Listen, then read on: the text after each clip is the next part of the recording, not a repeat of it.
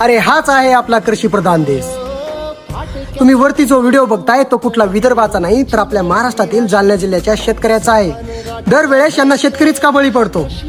पेरणीच्या टायमाला यांचा खताचा स्टॉक संपतो, बियाणांचा स्टॉक संपतो आणि आता जेव्हा शेती दुरुस्ती करायची वेळ आली तेव्हा यांचा डिझेलचा स्टॉक सुद्धा संपतो. अरे देवेंद्र फडणवीस आणि इथल्या छिनाली व्यवस्थेने शेतकऱ्याला संपवायचं ठरवलंय. आपल्या महाराष्ट्रात असे काही मुख्यमंत्री होऊन गेले, त्यांनी जे बोललं ते करून सुद्धा दाखवलं.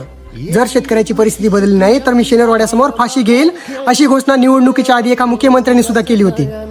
त्यांनी हरित क्रांती घडून आणली, सिलिंग कायदा आणला, 72च्या दुष्काळात रोजगार हमी योजना सुद्धा आणली. ते दुसरे कुणी नव्हे तर 1963 मध्ये आपल्या महाराष्ट्राला लाभलेले माजी मुख्यमंत्री श्री वसंतरावजी नाईक होते. आणि आताचे भिकार चोर तर शेतकऱ्याला विकून खायला बसले. अरे मी कुठल्या पार्टीचा समर्थन करत नाही किंवा मी कुठल्या पार्टीचा कार्यकर्ता नाही, पण आज मी इथल्या नीच आणि छिन्नाली व्यवस्थेबद्दल बोलतोय तर मी सुद्धा एका पार्टीचा भागीदार आहे आणि ते मी अभिमानाने सांगू इच्छितो. I am a member of कोकरो जनता पार्टी. देवा काळजी रे माझ्या देवा काळजी रे.